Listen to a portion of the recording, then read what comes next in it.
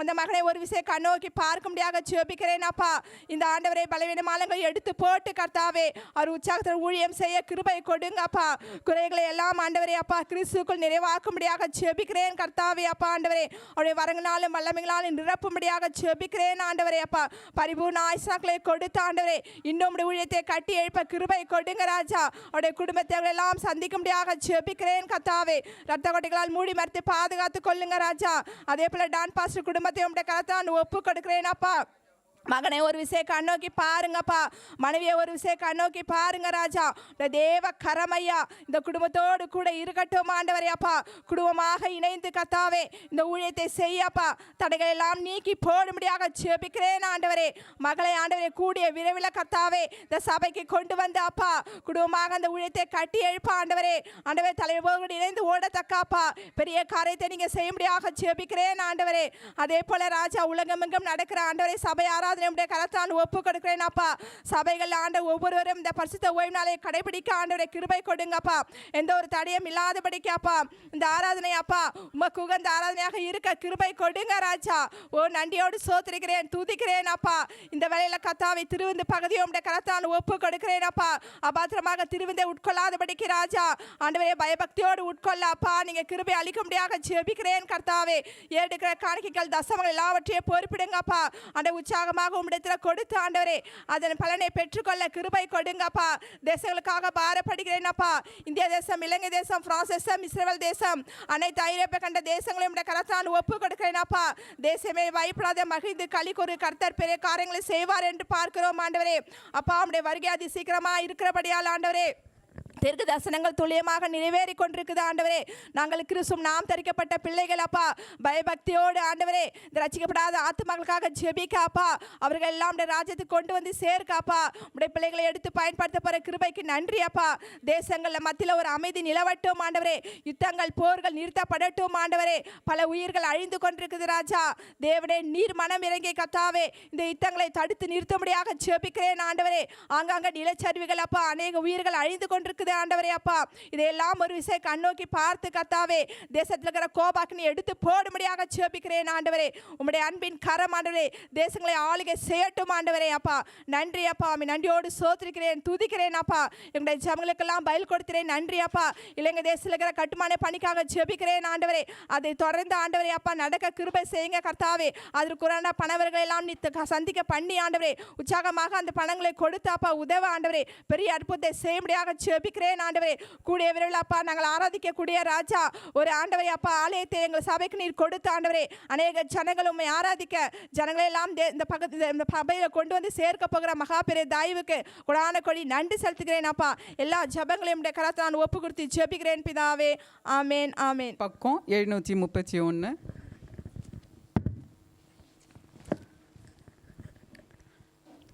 கர்த்தர் ராஜரீகம் பண்ணுகிறார். பூமி பூரிப்பாகி திரளான தீவுகள் மகிழ கடவது. நியாயமும் அவருடைய சிங்காசனத்தின் ஆதாரம். அக்னி அவருக்கு முன் சென்று சுற்றிலும் இருக்கிறது. அவருடைய சத்துருக்களை சுட்டெரிக்கிறது. மின்னல்கள் பூச்சிக்கரத்தை பிரகாசித்தது.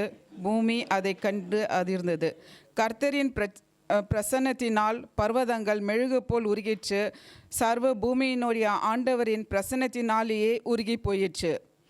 வானங்கள் அவருடைய சகல ஜனங்களும் அவருடைய மகிமை சொரூபங்களை வணங்கி விக்கிரங்களை பற்றி பெருமை பாராட்டுகிற யாவரும் வெட்கப்பட்டு போவார்கள். தேவர்களே, நீங்கள் எல்லோரும் அவரை தொழுது கொள்ளுங்கள்.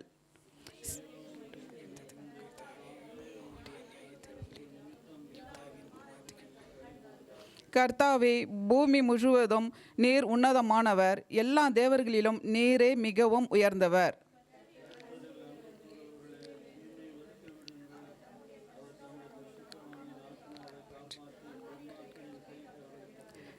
நீதிமானுக்காக வெளிச்சமும் செம்மையான இருதயத்தாருக்காக மகிழ்ச்சியும் விதைக்கப்பட்டிருக்கிறது. நீதிமான்களே, கர்த்தருக்குள் மகிழ்ந்து அவருடைய பரிசுத்தத்தின் நினைவு கூறுதலை கொண்டாடுங்கள்.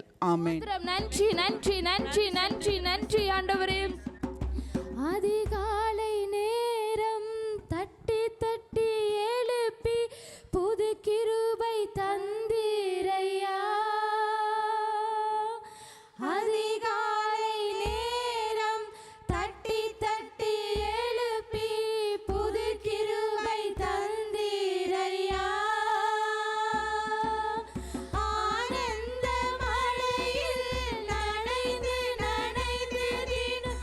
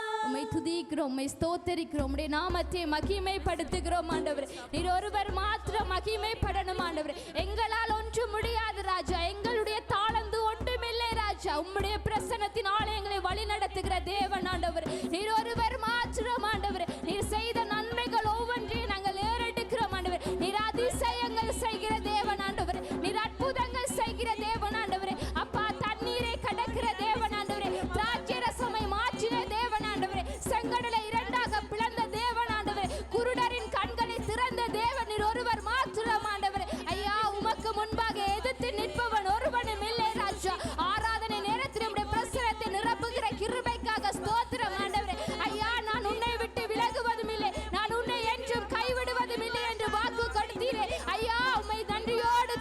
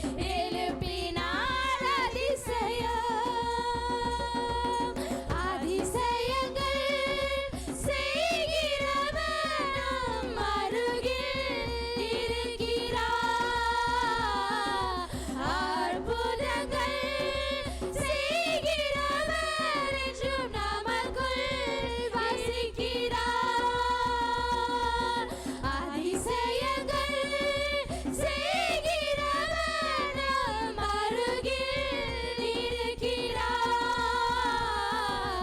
அற்புதங்கள் செய்கிறவர் என்றும் நமக்குள் வசிக்கிறார். அதிசயங்கள் செய்கிறவர் நம் அருகில் நன்றி அப்பா, நன்றி இயேசப்பா. நீர் அதிசயம் செய்கிற தேவன், நீர் அற்புதம் செய்கிற தேவன். இந்த வாழ்க்கையில் ஒரு அற்புதம் நடக்குமாறு இந்த இடத்துல வந்திருக்கிறோம். ஒவ்வொருடைய வாழ்க்கையிலும் ஒரு அற்புதம் செய்கிற தேவன் ராஜா. அதிசயங்கள் செய்கிறவர் நம் அருகில் வசிக்கிறார். அதிசயங்கள் செய்கிறவர். ஆமென். துதிக்கிறோம், துதிக்கிறோம், துதிக்கிறோம், துதிக்கிறோம், துதிக்கிறோம். நன்றி, நன்றி, நன்றி. ஆமென். அதிசயம் செய்கிற தேவன், அற்புதம் செய்கிற தேவன் இயேசப்பா. இந்த இடத்தில் இறங்கி வாங்க ராஜா. உம்முடைய பிரசன்னத்தில் நாங்கள் உணர்ந்து கொள்ளணும். அழகில்லாத அந்நிய பாஷையின் வரத்தினாலே எங்களை நிரப்பணும் ராஜா. ஐயா, நீர் இல்லாவிட்டால் நான் என்றோ மறித்திருப்பேன் ஆண்டவரே. உம்முடைய கிருபையினாலே நீர் தாங்கினீரே, உமக்கு நன்றி, நன்றி, நன்றி, நன்றி. Thank you, Lord. Thank you, Lord ஆண்டவரே. உமக்கு கோடான கோடி நன்றிகளை செலுத்துகிறோம் அப்பா. உமக்கு நன்றி, நன்றி, நன்றி என்று சொல்லுகிறோம். உடலவில்லாத பிரேஷியத்தின் மத்தியில் ஓரி பாலா வஞ்சூரி காதூரி கமூதுரி கபாபா. அப்பா, உமக்கு நன்றியோடு ஸ்தோத்திரிக்கிறோம் ஐயா. உம்மை நன்றியோடு துதிக்கிறோம். ஐயா, நீர் இந்த இடத்திலே கடந்து வந்தீரே. ஐயா, உமக்கு கோடான கோடி நன்றி, நன்றி, நன்றி, நன்றி, நன்றி, நன்றி. அப்பா, உமக்கு ஸ்தோத்திரம் ஆண்டவரே. உம்மை நன்றியோடு ஸ்தோத்திரிக்கிறோம் ஆண்டவரே. உமக்கு நன்றி, நன்றி, நன்றி. அதிசயங்கள் செய்கிறவர் நம் அருகில் இருக்கிறார். அற்புதங்கள் செய்கிறவர் என்றும் நமக்குள் இருக்கிறார். நன்றி ஆண்டவர். அப்பா, நீர் எங்களோடு கூட இருக்கிறபடியா எமக்கு ஸ்தோத்திரம் ஆண்டவர். துதிகன மகிமை யாவும் உமக்கு ஒருவருக்கு மாத்திரம் ஆண்டவர். நீர் பரிசுத்தர் ஆண்டவர். ஐயா, நீர் பரிசுத்தர் ஆண்டவர். நீர் பரிசுத்தராய் இருக்கிறபடியா எங்களையும் பரிசுத்தமாய் இருங்க என்று சொன்ன தேவன் நீர் ஒருவர் மாத்திரம் ஆண்டவர். பரிசுத்தம் இல்லாமல் உம்மை யாராலும் தரிசிக்க முடியாது என்று சொன்னீங்க ராஜா. ஆண்டவரே, நீர் பரிசுத்தர் அப்பா. உமக்கு ஒருவருக்கு மாத்திரம் ஆண்டவர் இந்த ஆராதனை. ஐயா, நீர் இந்த இடத்திலே கடந்து வந்த கிருபைக்காக நன்றி, நன்றி, நன்றி, நன்றி. பரிசுத்தரே, உம்மை துதிக்கிறோம், துதிக்கிறோம். துதிகன மகிமை யாவும் உமக்கு ஒருவருக்கு மாத்திரம் ஆண்டவரே. உம்மை போல் ஒரு தேவன் இல்லை ராஜா. நீர் ஒருவர் மாத்திரம் உண்மை உள்ள தேவன் ஆண்டவரே. அன்பானவர், அழகானவர், அருமையானவரே, உம்மை நன்றியோடு துதிக்கிறேன் ஆண்டவரே. அப்பா, 7 குத்து விளக்கு உடையவரே, உம்மை நன்றியோடு துதிக்கிறேன் ஆண்டவரே. அழகுள்ளவரே, பூரண அழகுள்ளவரே, உம்மை நன்றியோடு துதிக்கிறேன் ஆண்டவரே. ஐயா, உம்மை ஸ்தோத்தரிக்கிறோம், ஸ்தோத்தரிக்கிறோம், ஸ்தோத்தரிக்கிறோம். பலவீனங்களை எடுத்து போட்டவரே, நன்றியோடு துதிக்கிறேன். உங்கள் துக்கம் சந்தோஷமாய் மாறும் என்று சொன்னவரே, உம்மை நன்றியோடு துதிக்கிறேன் ஆண்டவரே. நிச்சயமாக முடிவுண்டு, நம்பிக்கை வீண் போகாது என்று சொன்னவரே, உம்மை நன்றியோடு உம்மை துதிக்கிறேன் ஐயா. ஐயா, உம்மை நன்றியோடு துதிக்கிறோம், துதிக்கிறோம், துதிக்கிறோம். ஆபிரகாமை அழைத்த தேவன், எங்களையும் ஆசீர்வதித்த தேவனே, உம்மை நன்றியோடு துதிக்கிறோம், துதிக்கிறோம், துதிக்கிறோம் ஆண்டவரே. ஐயா, உம்மை போல் ஒரு தேவன் இல்லை ஆண்டவரே. உம்மை போல் ஒரு தேவன் இல்லை ராஜா. நீர் அழகானவர் ஆண்டவரே, நீர் அன்பானவர் ஆண்டவரே. எங்களை உள்ள கைகளில் அனுதினமும் வரைந்து அழகு பார்க்கிற தேவன் நீர் ஒருவர் மாத்திரம் ஆண்டவரே. மனிதருடைய அன்பெல்லாம் மாயை என்று எங்களுக்கு வெளிப்படுத்தின தேவன் நீர் ஒருவர் மாத்திரம் ஆண்டவரே. ஐயா, உம்முடைய அன்புக்குள்ளாக எங்களை கட்டி வைத்திருக்கிற கிருபைக்கு நன்றி ஆண்டவரே. உலகத்தின் அன்பெல்லாம் மாயை ராஜா. நீர் ஒருவர் மாத்திரம் உண்மை உள்ள தேவன் ஆண்டவரே. உம்முடைய அன்புக்கு ஈடாக ஒருவருடைய அன்பு இல்லை ராஜா. உமக்கு நன்றி ஐயா, நன்றி, ஸ்தோத்திரம் ஆண்டவரே. உமக்கு கோடான கோடி நன்றி ஆண்டவரே. ஐயா, உம்மை துதிக்கிறோம், ஸ்தோத்திரம், ஸ்தோத்திரம், ஸ்தோத்திரம். நன்றி செலுத்துகிறோம் பரிசுத்தமானவரே. ஐயா, அழகானவரே, உம்மை நன்றியோடு துதிக்கிறோம் ஐயா. உம்மை நன்றியோடு ஸ்தோத்தரிக்கிறோம். உம்மை போல் ஒரு தேவன் இல்லை ராஜா. உம்மை துதிக்கிறோம், துதிக்கிறோம் ஆண்டவரே. உம்மை போல் ஒரு தேவன் இல்லை ராஜா. உம்மை துதிக்கிறோம், துதிக்கிறோம், ஸ்தோத்தரிக்கிறோம் ஆண்டவரே. அப்பா, உமக்கு நன்றி, நன்றி, நன்றி ஆண்டவரே. உந்தன் நாமம் உயர்த்தும் இடத்தில் அங்கே வாசம் செய்வீர். உந்தன் நாமம் உயர்த்தும் இடத்தில் அங்கே வாசம் செய்வீர். துதிக்கிறோம் துதிக்கிறோம் ஒன்றாக கூடி துதிக்கிறோம் அல்லேலூயா துதிக்கிறோம் துதிக்கிறோம் ஒன்றாக கூடி துதிக்கிறோம். சொல்லுங்க, பரலோகமே பரலோகமே உம்மை துதிப்பதால் கர்த்தாவே அங்கே வாழ்கிறீர். உம் ஆலயத்தில் உம்மை துதிக்கிறோம் கர்த்தாவே எழுந்தருளும். துதிக்கிறோம் துதிக்கிறோம் ஒன்றாக கூடி துதிக்கிறோம் அல்லேலூயா துதிக்கிறோம் துதிக்கிறோம் ஒன்றாக கூடி துதிக்கிறோம். உம்மை போல் ஒரு தேவன் இல்லை, உம்மை போல் ஒரு தெய்வம் இல்லை. சர்வ சிருஷ்டிகரே, உம்மை போல் ஒரு தெய்வம் இல்லை. சர்வ சிருஷ்டிகரே, துதிக்கிறோம் துதிக்கிறோம் ஒன்றாக கூடி துதிக்கிறோம் அல்லேலூயா துதிக்கிறோம் துதிக்கிறோம் ஒன்றாக கூடி துதிக்கிறோம். பரலோகமே பரலோகமே உம்மை துதிப்பதால் கர்த்தாவே அங்கே வாழ்கிறீர். உம்முடைய ஆலயத்திலே துளைக்கிறோம் ஆண்டவரே, உம்முடைய ஆலயத்திலே துதிக்கிறோம் ஆண்டவரே. நீங்க இந்த இடத்திலே கடந்து வரணும் ராஜா. கர்த்தாவே எழுந்தருளும். உந்தன் நாமம் உயர்த்தும் இடத்தில், உந்தன் நாமம் உயர்த்தும் இடத்தில் அங்கே வாசம் செய்வீர். உந்தன் நாமம் உயர்த்தும் இடத்தில் அங்கே வாசம் செய்வீர். துதிக்கிறோம்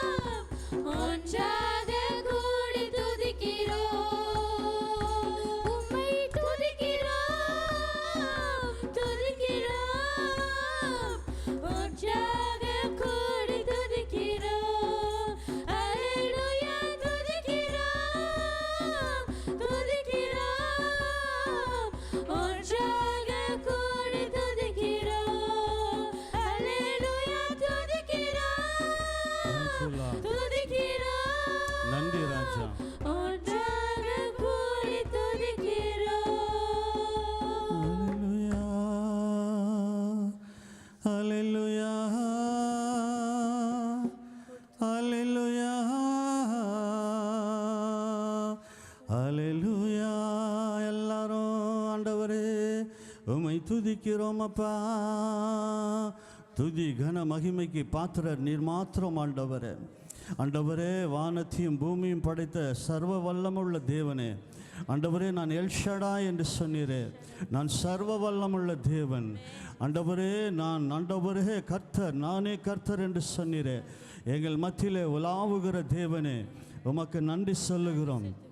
ஆண்டவரே, இதோ இப்பொழுதும் அப்பா எங்கள் ஒவ்வொருவரும் நீர் காண்கிற தேவனாக இருக்கிறபடினாலே நன்றி ஆண்டவரே.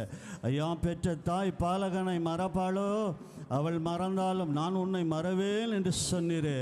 உன் மதில்கள் எப்பொழுதும் எனக்கு முன்பாக இருக்கிறது என்று சொன்னவரே. ஆண்டவரே, இப்பொழுதும் ஆண்டவரே உமது கிருபையினால் ஆண்டவரே, உமது இரக்கத்தினாலே ஆண்டவரே எங்களை இழுத்து கொண்டீர் ஆண்டவரே.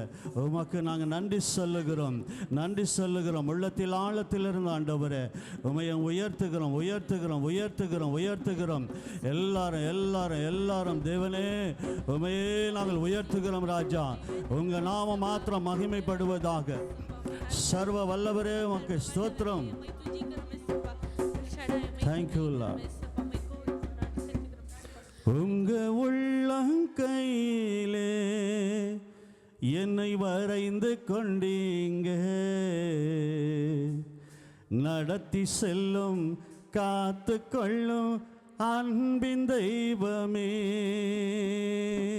உங்க உள்ளங்கையிலே என்னை வரைந்து கொண்டீங்க, என்னை நடத்தி செல்லும் காத்து கொள்ளும் அன்பின் தெய்வமே. சொல்லுவோம், உங்க உள்ளங்கையிலே என்னை வரைந்து கொண்டீங்க, நடத்தி செல்லும் காத்து கொள்ளும் அன்பின் தெய்வமே. நல்லவரே வல்லவரே அடைக்கலமே எங்கள் ஆதரவே. நல்லவரே வல்லவரே அடைக்கலமே எங்கள் ஆதரவே. உங்க உள்ளங்கையிலே என்னை வரைந்து கொண்டீங்க, நடத்தி செல்லும் காத்து கொள்ளும் அன்பின் தெய்வமே. உங்க உள்ளங்கையிலே என்னை வரைந்து கொண்டீங்க, நடத்தி செல்லும் காத்து கொள்ளும் அன்பின் தெய்வமே. விசுவாச பாதையில் தடுமாறும் போது கிருபையால் தாங்கிக் கொண்டீரே, கிருபையால் தாங்கிக் கொண்டீரே. விசுவாச பாதையில் தடுமாறும் போது கிருபையால் தாங்கிக் கொண்டீரே, என்னை கிருபையால் தாங்கிக் கொண்டீரே. உங்க உள்ளங்கையிலே என்னை வரைந்து கொண்டீங்க, நடத்தி செல்லும் காத்து கொள்ளும் அன்பின் தெய்வமே. உங்க உள்ளங்கையிலே என்னை வரைந்து கொண்டீங்க, நடத்தி செல்லும் காத்து கொள்ளும் அன்பின் தெய்வமே. இன்னொரு உள்ளங்கையிலே ஆண்டவரே அப்பா, இப்பொழுதும் ஆண்டவரே இது வல்லமை ஆண்டவரே அப்பா, மாறாதே ஆண்டவரே. ஓ அன்பின் தேவனே, ஒவ்வொருவரையும் ஆண்டவரே நீர் அப்பா வரைந்து வைத்திருக்கிற அது மேலான கிருபைக்காக நன்றி. உன் மதில்கள் எப்போதும் எனக்கு முன்பாக இருக்கிறது என்று சொன்னவரே ஆண்டவரே, ஒவ்வொருவரையும் அப்பா அப்பா இந்த நேரத்தில் ஆண்டவரே உமது ஆள்கைக்குள்ள ஒப்பு கொடுக்கிறோம் ஆண்டவரே. துயரங்களை மாற்றுகிறவரே, கண்ணீரை கழிப்பாய் மாற்றுகிறவரே, வேதனைகளை மாற்றுகிறவரே அப்பா, சாபங்களை நீக்குகிற தேவனே, ஒவ்வொருவரையும் ஆண்டவரே இதை பார்க்கிற கேட்கிற வந்திருக்கிற ஒவ்வொரு பிள்ளைகளும் உமது ஆளுகைக்குள்ள ஒப்பு கொடுக்கிறோம். உமது உள்ளம் கையில எங்களை வரைந்து வைத்திருக்கிற நல்ல ஆண்டவரே, இப்பொழுது ஆண்டவரே எங்கள் ஒவ்வொருவரையும் நீ நடத்துவீராக. கர்த்தர் அப்படி செய்கிறமைக்காக ஓ கோடி நன்றி, கோடி நன்றி ராஜா, கோடி நன்றி ராஜா. காத்து கொள்ளும் உங்க உள்ளங்கையிலே என்னை வரைந்து கொண்டீங்க, நடத்தி செல்லும் காத்து கொள்ளும் அன்பின் தெய்வமே. அன்பின் ஆண்டவரே, இந்த நல்ல ஆசீர்வதிக்கப்பட்ட நாளுக்காக நன்றி சொல்லுகிறோம். ஆண்டவரே, துதிகளில் வாசம் பண்ணுகிறவரே, அப்பா, மனிதர் மத்தியில் வாசம் பண்ணுகிறவரே, உள்ளத்தில் ஆண்டவரே நீர் வாசம் பண்ண துடிக்கிறவரே, உம்மை துதிக்கிறோம் அப்பா. உமது கருத்தில் ஒப்பு கொடுக்கிறோம் ஆண்டவரே. எல்லா மகிமையும் துதியும் உமக்கு செலுத்துகிறோம். தொடர்ந்து நீர் வழி நடத்துவீராக. உமது வசனங்களை உறுதிப்படுத்துவீராக. ஒவ்வொருவரையும் இடை கட்டுவீராக. பலவனத்தில் பலன் பூர்ணமாய் விளங்குவதாக ராஜா. கர்த்தர் அப்படி செய்கிறமைக்காக நன்றி. எங்களை ஒரு கருவியாய் பயன்படுத்துங்க ஆண்டவரே. இயேசு ராஜாவின் நாமத்தில் துதிக்கிறோம், சோதரிக்கிறோம், நன்றிகளை செலுத்துகிறோம் நல்ல பிதாவே. ஆமென், ஆமென். நாங்கள் அதை தான் முதல் பார்த்தோம். உண்மைங்க, நாங்கள் ஆண்டவருடைய பிள்ளையாய் மாறிட்டோம். நாங்கள் ஆண்டவருக்கு ஒப்பு கொடுத்து விட்டோம். எங்கள் வாழ்க்கையை ஆண்டவருக்காக நாங்கள் அர்ப்பணித்து இருக்கிறோம். ஆனாலும் கூட ஏன் எங்கள் வாழ்க்கையில் சில காரியங்கள் தலைகீழாய் இருக்கிறது, அப்படியா எங்கள் வாழ்க்கையை மாற்றுகிறது என்று சொல்லி எங்களுக்குள்ள கேள்விகள் எழும்பலாம். ஆனால் தெளிவாய் பைபிள் சொல்லுகிறது, அன்றியும் என் மகனே, கர்த்தருடைய சிட்சையை நீ அற்பமாக எண்ணாது, அவரால் கடிந்து கொள்ளும் போது நீ சோர்ந்து போகாது. அப்படி என்று சொன்னால் தேவன் தன்னுடைய பிள்ளைகளை அவர் சிட்சிக்கிறார் என்று இதிலிருந்து தெளிவாய் தெரிகிறது. அன்புள்ள தேவன் உண்மைதான், அவர் நீதி உள்ள தேவன் உண்மைதான், அவர் கிருபை உள்ள தேவன் உண்மைதான். ஆனாலும் கூட அன்பான தேவனுடைய பிள்ளைகளை, தன்னுடைய பிள்ளைகளை அவர் சரியான வழியில நடத்த அவர் அநேக நேரங்களிலே அவர்கள் வழி விலகி போகும்போது அவர்களை சிட்சிக்கிறாராம், அவர்களை தண்டிக்கிறார் என்று சொல்லி நாங்கள் பார்க்கிறோம் இந்த இடத்துல. அது மாத்திரமல்ல, அப்பேற்பட்ட சூழ்நிலை வரும் பொழுது எங்களுக்குள்ள சோர்வு வரும். நீங்கள் அந்த சோர்வுக்குள்ளே மூழ்கி போகாதபடிக்கு கர்த்தர் எவனிடத்தில் அன்பு கூறாரோ, பாருங்களேன், தேவன் யாரை அன்பு செய்கிறாரோ அவர்களைத்தான் அவர் என்ன செய்கிறாரா, சிட்சிக்கிறார், தண்டிக்கிறார் என்று சொல்லி இந்த வசனத்தில் நாங்கள் பார்க்கிறோம். ஆகவே அன்பானவர்களே, இப்படிப்பட்ட காரியங்கள் வாழ்க்கையில் வரும் பொழுது முதலாவது தெரிந்து கொள்ள வேண்டும், ஏன் இவைகளை தேவன் எங்களுக்கு செய்கிறார், ஏன் அதை அனுமதிக்கிறார் என்று பார்க்கும் பொழுது 1 பேதுரு புஸ்தகம் வீட்டில் போய் வாசித்து பாருங்க, 5:10 பார்க்கிறோம். கொஞ்ச காலம் பாட அனுபவிக்கிற உங்களை சீர்படுத்தி, சிறப்படுத்தி, பலப்படுத்தி அவர் நிலைநிறுத்துகிற கர்த்தராய் இருக்கிறார், அவருக்கே மகிமை கனம் உண்டாவட்டும் என்று சொல்லி ஆண்டவருடைய வசனம் சொல்லுகிறது. ஆகவே அன்பான தேவனுடைய பிள்ளைகளே, எங்கள் வாழ்க்கையில, தேவ பிள்ளைகள் வாழ்க்கையில சில போராட்டங்கள் அது நிரந்தரமானது அல்ல, அது கொஞ்ச காலம் என்று சொல்லப்படுகிறது. அந்த கொஞ்ச காலங்கள் நாங்கள் கடந்து போக வேண்டும். அப்பொழுது எங்கள் வாழ்க்கையில கர்த்தர் பெரிய காரியங்களை அவர் செய்கிறதை பார்க்கும்போது, இந்த ஆதி ஆகமத்திலிருந்து வெளிப்படுத்தல் வரைக்கும் பரிசுத்தவான்களை, ஆண்டவராலே தெரிந்து கொள்ளப்பட்டவர்களை, அந்த குடும்பங்களை, சந்ததிகளை நாங்கள் தலைமுறையாய் பார்க்கும் பொழுது அவர்களை தேவன் எப்படியெல்லாம் நடத்தி வந்தார், அவர்கள் வாழ்க்கையில என்னென்ன காரியங்கள் அவங்க பிழைகள் விட்டார்கள், எப்போது ஆண்டவரிடத்தில் அவர்கள் திரும்பி வந்தபோது தேவன் அவர்களை மன்னித்து அவர் வாழ்வை மறுரூபமாக்கி அவர்களை மீண்டுமாய் நடத்தி வந்ததை நாங்கள் பார்க்க முடிகிறது. ஆகவே அதனால தான் இன்றைக்கு தேவ பிள்ளைகளுக்கு கர்த்தருடைய சிட்சை மிக அவசியமாய் இருக்கிறது. ஆண்டவருடைய சிட்சை மாத்திரம் எங்களுக்கு இல்லை என்று சொன்னால் நாங்கள் தேவ பிள்ளையாய் நிலைத்திருக்க முடியாது, இருக்க மாட்டோம். ஏனால் இன்றைக்கு மாயமான உலகம், கொஞ்ச காலத்துக்கு முன்பாக இல்லாத நாட்கள் இன்றைக்கு பொல்லாத நாட்கள் உருவாக்கி இருக்கிறது. ஆகவே பாவம் இன்றைக்கு மலிந்து இருக்கிறது. எங்கு பார்த்தாலும் அன்பான சகோதர சகோதரிகளே, உலகம் முழுவதுமாய் நாங்கள் அதை பார்க்க முடியும். ஆகவே தான் இன்றைக்கு அநேக காரியங்களை பார்க்கிறோம். தேவன் அப்படியாக அவர் அன்புள்ளவராகவே இருப்பதில்லை, அவர் நீதி செய்கிறவர், அவர் நியாயம் செய்கிறவர்.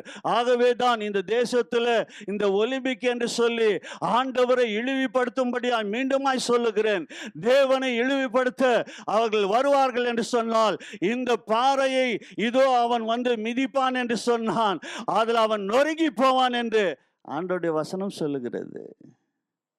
நொறுங்கி போவான், அவனுக்குத்தான் அது கூடாது, அது சாபமாய் வரும், அவன் வாழ்க்கையில பாவமாய் மாறும். ஆகவே இதை செய்துவிட்டு எத்தனை பேருக்கு இந்த செய்திகள் தெரியும்? அவர்கள் ஏன் இதெல்லாம் செய்தார்கள்? பத்திரிக்காக போய் கேட்டாக்கா, இல்லை இது பிரெஞ்சு தேசத்தின் கலாச்சாரம். என்ன கலாச்சாரம்? உன் வாழ்க்கையில் தேவனுக்கு பிடிக்காத காரியங்களை நீ செய்வாய் என்று சொன்னால் தேவ கோபாக்கினை இறங்கி வரும். ஏன் நோவா காலத்தில் கர்த்தர் அழைக்கணும் அந்த ஜனங்களை எல்லாத்தையும் ஆண்டவர்கள் அவர் நீரினால் அழிக்கணும்? அவர் அன்புள்ளவர் அல்லவா? இல்லை, தேவனுக்கு எதிராய் செயல்படும் பொழுது, அவர் கோபத்தை மூட்டும் பொழுது தேவன் அவர் அப்படியாக நீதி செய்ய இறங்குவராக இருக்கிறார். ஆனால் மன்னிப்பு கேட்கிறார்கள். என்ன மன்னிப்பு உங்கள் வாழ்க்கையில்? அதை இதோ இந்த நாளில் அன்பான சகுன அது போலத்தான் தேவ பிள்ளைகள் வாழ்க்கையில் கூட இன்றைக்கு எங்கள் வாழ்க்கையில் ஏன் இந்த சிக்ஷைகள்? அது எங்களை சீர்படுத்த எங்கள் வாழ்க்கையில் பாருங்களேன், நாங்கள் வாழ்க்கையை சரியான ஒரு வழியில் நான் தவறாக போய்கொண்டு இருக்கலாம். ஆண்டவரை அறிந்தும் அப்போ ஆண்டவர் சில காரியங்களை அனுமதிக்கும் போது தான் அந்த தவறை நாங்கள் சீர்படுத்தி அதை திருத்தி கொண்டு, இல்லை இதை நான் செய்யக்கூடாது, இதை நான் பேசக்கூடாது, இதை நான் பார்க்கக்கூடாது, இதை பண்ணக்கூடாது என்று சொல்லி எங்களுக்குள்ள ஆவியானவர் கற்றுக் கொடுத்து எங்கள் வாழ்வை மாற்ற ஆண்டவர் விரும்புகிறார். ஆகவே தான் இதில் தெளிவாய் சொல்லுகிறது, அப்பற்பட்ட சூழ்நிலையில் நீ சோர்ந்து போகாதே, நீ சோர்ந்து போகாத மகனே மகளே என்று சொல்லி ஆண்டவருடைய வசனம் சொல்லுகிறது. சோர்ந்து போகிறவனுக்கு அவர் சத்துவத்தை கொடுக்கிறவர், பலன் இல்லாதவனுக்கு அவர் பலனை தருகிற தேவன். ஆனால் அன்பான தேவனுடைய பிள்ளைகளே, இவைகளுக்கு இன்றைக்கு நாங்கள் எத்தனை காரியங்களிலே கர்த்தருடைய சிட்சையை அற்பமாய் எண்ணி ஆண்டவருடைய காரியத்துக்கு விரோதமாய் செயல்படுகிற காரியங்கள் உன் வாழ்க்கையில் இது ஆபத்தாய் முடியும் என்று சொல்லி வேதத்திலே நாங்கள் பார்க்க முடியும். அன்பான சகோதரி சகோதரிகளே, அதில் தான் தொடர்ந்து இந்த பகுதியில் பார்க்கும் பொழுது இதோ எல்லாருக்கும் வருகிற அந்த காரியங்கள் உங்களுக்கு வராதிருந்தால் நீங்கள் இதோ எப்ப யார் பிள்ளையா இருப்பீங்களா? கர்த்தருடைய பிள்ளை இல்ல, வேசி பிள்ளைகளாய் இருப்பீர்கள் என்று சொல்லி ஆண்டவருடைய வசனம் அங்கே சொல்லுகிறதை பார்க்கிறோம். ஆகவே நீங்கள் நீதிமொழிகளின் 3ஆம் அதிகாரத்தில் எடுத்து வாசியுங்கள். 11-12 வசனத்தை வாசிக்கும் பொழுது நீதிமொழிகளில் 3ஆவது அதிகாரத்தில் 11-12 வசனத்தை நாங்கள் வாசிக்கும் பொழுது இப்படியாய் சொல்லுகிறது. வாசிக்க கேட்போமா? என்னது? நீதிமொழிகள் 3ஆவது அதிகாரம் 11-12 வசனத்தை வாசிக்கிறார்கள். வாசிக்க கேட்போமா? சீக்கிரமா. என் மகனே, கர்த்தருடைய சிட்சையை நீ அற்பமாய் எண்ணாதே. கடவுளுடைய சிட்சையை நீ என்னது? அற்பமாய் எண்ணாதே. அவர் கடிந்து கொள்ளும் போது அப்ப பாருங்களேன், தேவன் சிட்சிக்கிறார், கடிந்து கொள்ளுகிறார். எங்கள் வாழ்க்கையில் அன்பான சகோதர சகோதரிகளே, ஒரு தகப்பனே இந்த பூமியில ஒரு பிள்ளையை சீர்படுத்த அவன் அப்படியாக எல்லா நேரத்திலும் அன்பாக இருப்பது இல்லை. அந்த பிள்ளை தாறுமாறான காரியங்கள் செய்யும் பொழுது, பிழைவிடும் பொழுது, அவர் தவறான வழிகளில் போகும் பொழுது அவர் சிட்சிக்கிறார் அல்லவா, அதை தண்டிக்கிறார் அல்லவா. அதை இன்றைக்கு எங்கள் வாழ்க்கையில நாங்கள் பார்க்கிறோம் அல்லவா. உங்களையும் எங்களையும் இந்த நாளிலே ஆண்டவர் எப்படியாய் நடத்தி வந்தார், எங்கள் தாய் தகப்பன் எப்படியாக எங்களை வளர்த்து அவர்கள் நடத்தினார்கள் என்று நாங்கள் எண்ணி திரும்பி பார்க்கும் பொழுது உங்கள் வாழ்க்கையில் அன்பான சகோதர சகோதரிகளே, இன்றைக்கும் அந்த காரியங்களை நாங்கள் விளங்கிக் கொள்ள முடியும். நான் இன்றைக்கும் யோசித்து பார்க்கிறேன். இன்றைக்கு என் வாழ்க்கையில் என் தகப்பனார் எப்படியே என்னை நடத்தினார் என்று சொல்லி நான் அநேக முறை சாட்சிகளை சொல்லியிருக்கிறேன். என்னை பார்த்தாலே அடிப்பார், என் கையை ஒடித்து இருக்கிறார், என் காலை ஒடித்து இருக்கிறார். ஆனால் அன்பானவர்களே, இன்றைக்கு அந்த தகப்பன் இல்லையே என்று சொல்லி நான் ஏங்குகிறேன். கடினமாய் நடந்தது உண்மை. அதே தகப்பன் தான் என்னை அன்பாக அந்த கரங்களில் இங்கே ஒரு மகள் வந்திருக்கிறாங்க, பெங்களூரா, பவரிங் ஹாஸ்பிட்டல். அந்த பிள்ளைக்கு தெரியும்.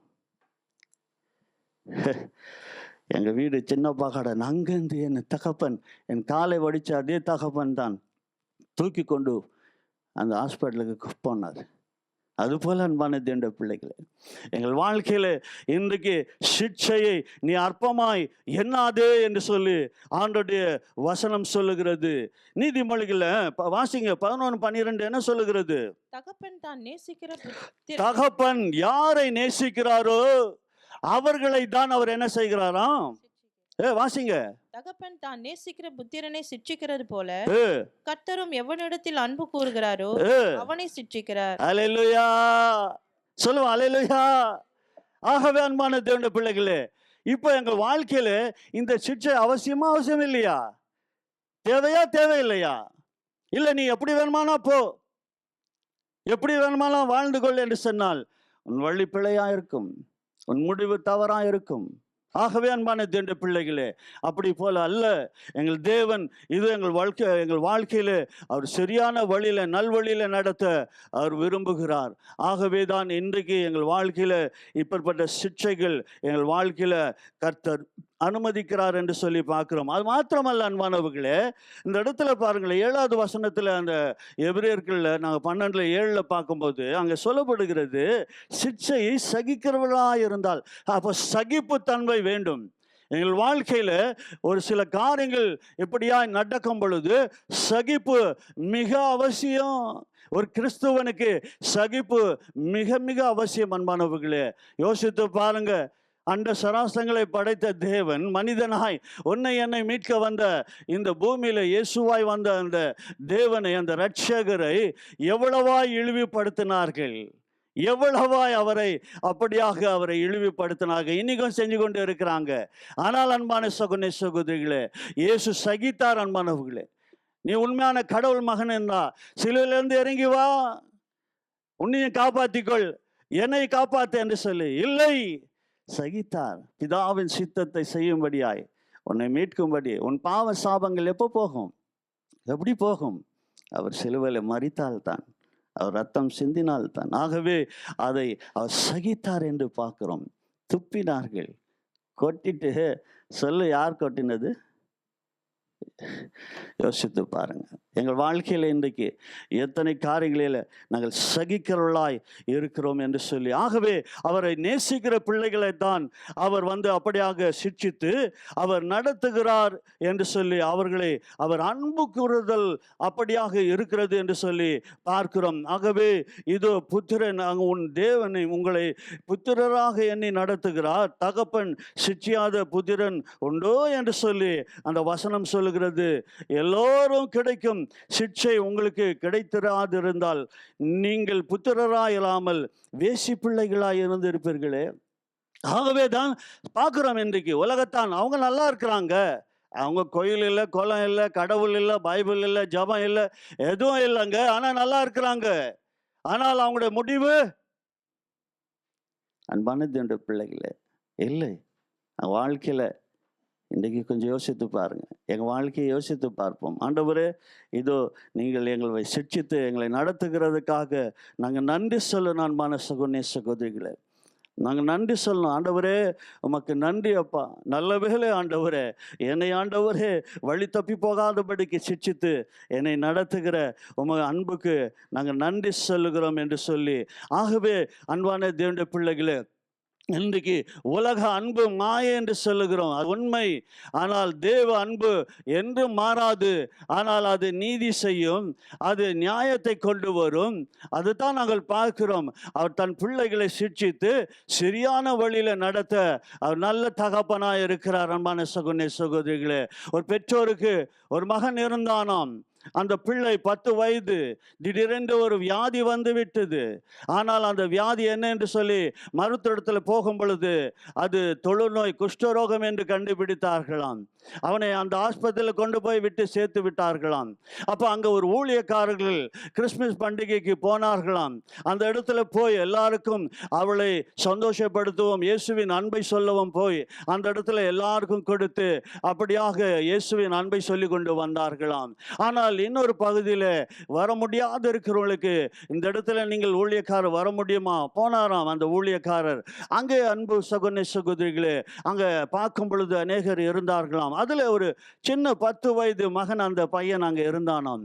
அந்த பையனை காண அந்த இடத்துல போய் அந்த ஊழியக்காரன் இதோ இந்த இடத்துல இயேசுவின் அன்பை சொல்லி அந்த பலகாரம் அதெல்லாம் கொடுக்க அவர் முற்பட்டாராம். ஆனால் அவன் ஒருபோதும் அவன் கைகளை மூடிக்கொண்டு இருந்தானா, 2 கரங்களை மூடிக்கொண்டு.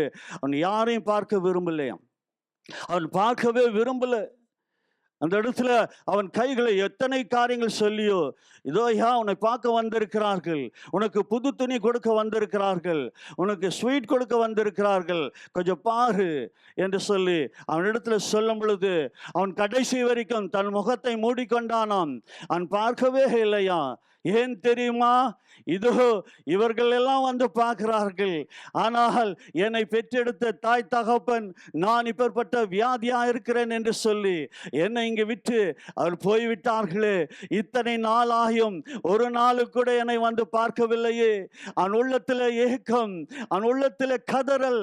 10 வயது அந்த சிறுவன் எப்படி வேதனைப்பட்டிருப்பான்.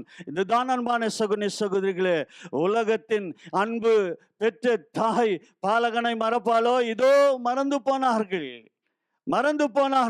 அந்த மருத்துவர்கள் சொல்றாங்களாம், இந்த காலகட்டத்தில் இந்த வியாதி சுகப்படுத்த முடியும். உண்மை, அதை அறிந்திருந்தும் அந்த மகனை வெறுத்தார்கள், மறந்து போனார்கள். ஆனால் கர்த்தர் மறக்க மாட்டார். தேவன் அப்படிப்பட்டவர் அல்ல, அவர் அன்புள்ள தேவன். ஆகவே அவர் எங்கள் வாழ்க்கையிலே இதோ சிட்சிக்கிற அந்த தகப்பனாய் இருக்கிறார் என்று சொல்லி பார்க்கிறோம். மாத்திரமல்ல, இங்க வாசிங்க தொடர்ந்து எபிரேயர் 12:9 வசனத்திலிருந்து வாசிப்போம். என்ன சொல்லுகிறது பாருங்களேன். அன்றியும் நாங்கள் தகப்பன், எங்களுடைய தாய் தகப்பன் நம்மை சிட்சிக்கும் போது அவர்களுக்கு நாம் அஞ்சி நடந்திருக்க நாங்கள் அஞ்சி நடந்தோம். எப்போ வரைக்கும் நடப்போம்? கொஞ்சம் யோசித்து பாருங்க. எவ்வளோ காலம் அஞ்சி நடப்போம்? கொஞ்சம் சின்ன வயசா இருக்கும்போது. இப்பெல்லாம் வந்து பிஞ்சிலே வந்து என்னது பழுத்து முத்தி போகுது என்று சொல்றாங்க. அது எதுக்கும் அது அசரத்தில். எத்தனை பேர் தாய் தகப்பனுக்கு பயந்து அவன் வாழ்க்கைக்கு ஒப்பு கொடுத்து நடக்கிறது. வேற தகப்பன்மார்கள் இருக்கிறாங்க, தாய் தவறான வழியில். இப்போ கூட சொன்னேன், அந்த பிள்ளைய விட்டு ஓடினாங்களே, அவங்களுக்கல்ல, அவங்கள சொல்லலை. நல்ல தாய் தகப்பன் கர்த்தருடைய வழியில் நடத்துகிறோம். நாங்கள் அஞ்சி நடக்கிறோமா? அவங்க நடந்தார்கள். நாம் பிழைக்கத்தக்கதாக ஆவிகளின் பிதாவுக்கு வெகு அதிகமாய் அடங்கி நடக்க வேண்டும். அல்லேலூயா. அப்ப நாங்கள் அடங்கி நடக்க வேண்டும். கர்த்தருக்கு ஆண்டவருடைய வசனம் சொல்லுகிறது, தேவ பிள்ளைகளே, நீங்கள் கர்த்தருடைய பலத்த கரத்துக்குள்ளே அடங்கி நடங்கள். நாங்கள் இருக்கிறோமா? நாங்கள் இப்படிப்பட்ட காரியங்களிலே நாங்கள் தவறு விடும் பொழுது தான் தேவன் சில சிட்சைகளை இதோ அந்த இடத்துல அனுமதிக்கிறதை பார்க்கிறோம். சில தண்டனைகள் தேவ பிள்ளைகள் வாழ்க்கையில நடக்கிறதை பார்க்கிறோம். ஏன்? அவர் அன்பு செய்வதனால தான், அன்பு செய்வதனால தான். ஆகவே அன்பான தேவனுடைய பிள்ளைகளே, இன்றைக்கு எங்கள் வாழ்க்கையிலே நாங்கள் எப்பேற்பட்ட காரியங்களிலே இருக்கிறோம். 10வது வசனம் என்ன சொல்லுகிறது? அவர்கள் தங்களுக்கு நலம் என்று தோன்றினபடி கொஞ்ச காலம் சிட்சித்தார். பாருங்களேன், நல்லமானது அவங்களுக்கு ஏற்றது தான். அவங்களுடைய காரியங்களே அந்த இடத்துல கொஞ்ச காலம் சிட்சித்தார்கள். இவரோ தம்முடைய பரிசுத்தத்திற்கும் பங்குள்ளவர்களாகும் பொருட்டு நம்முடைய பிரயோஜனத்துக்காகவே நம்மை சிட்சிக்கிறார். அல்லேலூயா. அப்புறமா எந்த சிட்சையும் தற்காலத்தில் சந்தோஷமாய் காணாமல் துக்கமாய் காணும். ஆனால் ஆண்டவர் சொன்னாருங்க, யோவான் 16:20, உங்கள் துக்கம் சந்தோஷமாய் மாறும். அல்லேலூயா சொல்லுவோம். அல்லேலூயா. கொஞ்ச காலம் ஒருவேளை அப்படிப்பட்ட காரியங்களுக்குள்ளே நாங்கள் கடந்து போகும் பொழுது அது துக்கம் போல தோன்றும். எங்களை அழுத்தம், உண்மை, சோர்வு வரும். எங்கள் வாழ்க்கையிலே இப்படிப்பட்ட காரியங்களை நாங்கள் பார்க்க முடியும். ஆனாலும் கூட ஆண்டவருடைய வசனம் சொல்லுகிறது, ஆகிலும் வாசிங்க, ஆகிலும் பிற்காலத்தில் அது பழகினவர்களுக்கு. பாருங்களேன், அதுல நாங்க என்ன செய்யணுமா? ஒரு கிறிஸ்துவன், ஒரு ஆண்டவருடைய பிள்ளை என்ன செய்யணுமா? பழகணும்.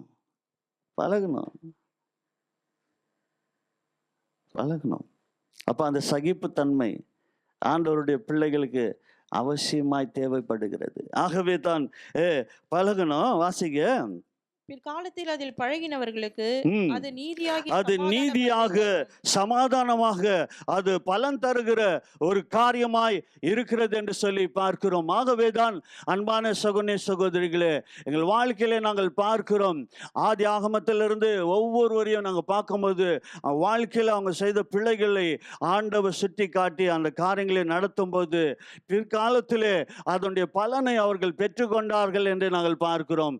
ஆகவே எங்களுடைய வாழ்க்கையில கூட ஆண்டவர் சமாதானத்தையும் அவருடைய பெரிய நீதியான கிருபையும் எங்களுக்கு தந்து இதோ ஆண்டவர் ஆசீர்வதிக்க அவர் ஆவல் உள்ளவராக இருக்கிறார். அவருடைய சிற்சையை இன்றைக்கு நாங்கள் ஏற்றுக்கொள்ள தயாராக இருக்கிறோமா? காரணம் என்ன? இதோ முற்பிதாக்கள் தாய் தகப்பன் அவங்க இஷ்டத்துக்கு பெருமைக்கு வேணுமானா அவங்க நிறைய காரியங்களை சிற்சித்து நான் இவர் கோவக்காரன் நான் இப்படி என்று சொல்லி செய்து கொண்டு இருக்கலாம் அவருடைய தங்களுடைய பெருமைகளுக்கு. ஆனால் தேவ வசனம் சொல்லுகிறது இது நம்முடைய பிரயோஜனத்துக்காக அந்த பரலோக தேவன் அப்படியாய் எங்களை நடத்துகிறார் என்று ஆண்டவருடைய வசனம் சொல்லுகிறது. ஆகவே அன்பான சகோதர சகோதரிகளே, ஏன் இந்த காரியங்கள் எங்களுக்கு நடக்கிறது என்று சொல்லி பார்க்கும் பொழுது ஒரு வசனத்தை எடுத்து வாசித்தால் உங்களுக்கு விளங்கும். அந்த வசனம் இப்படியா சொல்லுகிறது. கலாத்தியர் 1வது அதிகாரத்திலிருந்து 3வது அதிகாரம் கலாத்தியர் 3:1 நாங்கள் 5 வசனத்தை வாசிக்கும் பொழுது இங்கே ஒரு காரியத்தை சொல்லுகிறதை பார்க்கிறோம். என்னது? எடுத்து வாசிக்க கேட்போம். வேதத்தை அந்த பக்கம் திருப்பிக் கொள்ளுவோம். கலாத்தியர் 3வது அதிகாரம் 1 நாங்கள் 5 வரைக்கும் வாசிக்கும் பொழுது வசனம் என்ன சொல்லுகிறது? வாசிங்க. கலாத்தியர் 259வது பக்கத்தில் இருக்கிறது. 259வது பக்கம் கலாத்தியர் 3வது அதிகாரம் 1-5 முடிய வாசிக்கிறார்கள். வாசிக்க கேட்போமா? புத்தி இல்லாத கலாத்தியரே. ஹலோ, என்னங்க யாரை பார்த்துங்க சொல்றது? அப்படியா? தெளிவாய் ஆவியானவர் எழுதி வைத்திருக்கிறார். இப்போ இந்த சிட்சையை கர்த்தர் ஏன் அனுமதித்தார் இப்ப தெரியுதா? இந்த வசனமே எங்களுக்கு பதில் சொல்லும். என்னது? புத்தி இல்லாத கலாத்தியரே. அப்ப நிறைய நேரங்களில் சொல்றோம் தானே நாங்க, ஐயோ அறிவில்லாம செஞ்சிட்டாங்க, புத்தி இல்லாமல் நடந்து கொண்டாங்க, ஞானம் இல்லாமல் நடந்து கொண்டேன், அதனால இந்த காரியம் என் வாழ்க்கையில வந்து விட்டது சொல்றோமா இல்லைங்களா? அதை கடந்து வந்தோமா இல்லையா?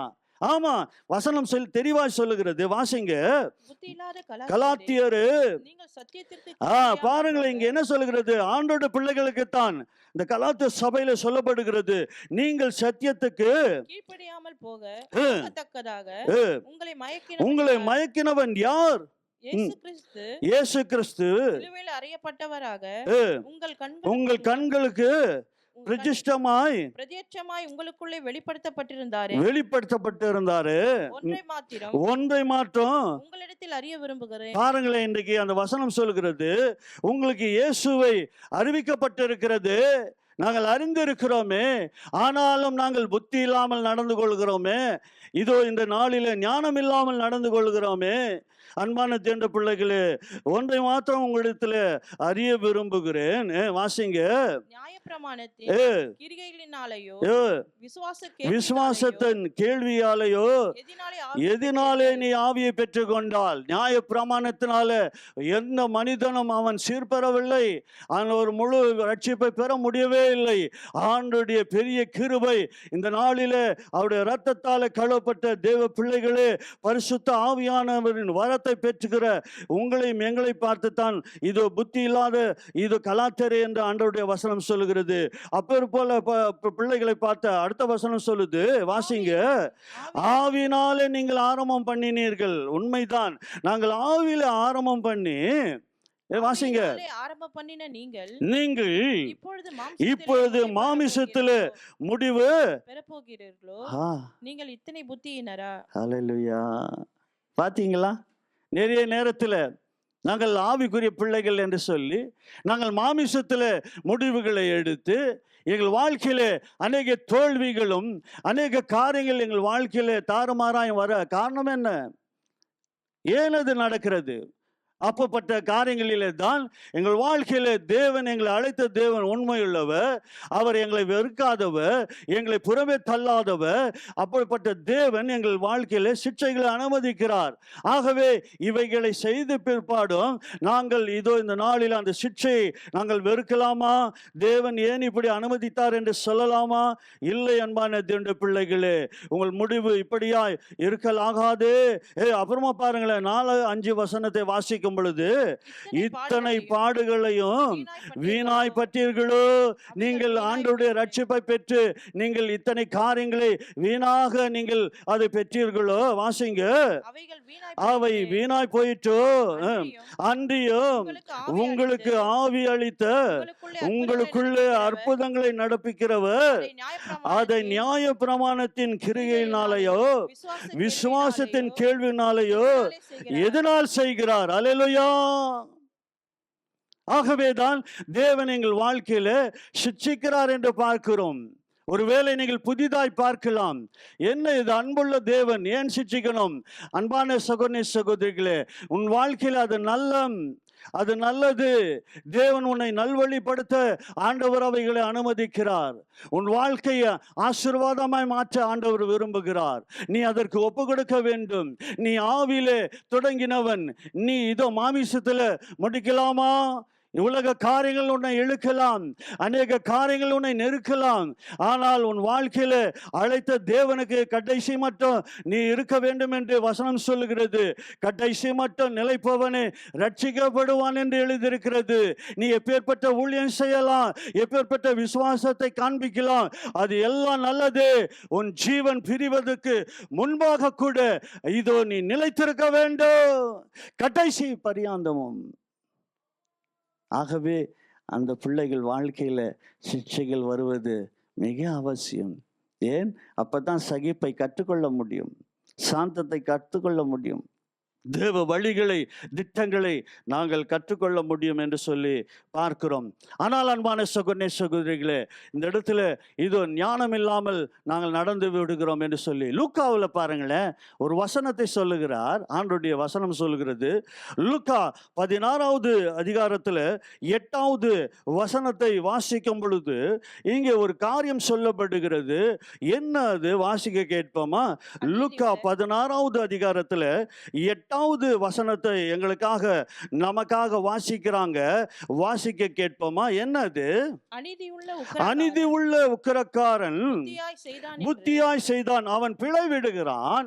நீங்க 1லிருந்து வாசிக்கும் பொழுது உங்களுக்கு தெரியும். அதிலிருந்து தப்பித்துக்கொள்ள ஒரு ஞானமான ஒரு காரியத்தை அந்த இடத்துல செய்யும் பொழுது அந்த எஜமான் அவனை மெச்சிக்கொள்கிறதை பார்க்கிறோம். ஆனால் இப்பொழுது ஆண்டோட பிள்ளைகளை எங்களை பார்த்து என்ன சொல்லுகிறார்? இதுல நாங்கள் என்ன கற்றுக்கொள்ள போகிறோம்? என்ன அது? வாசிங்க.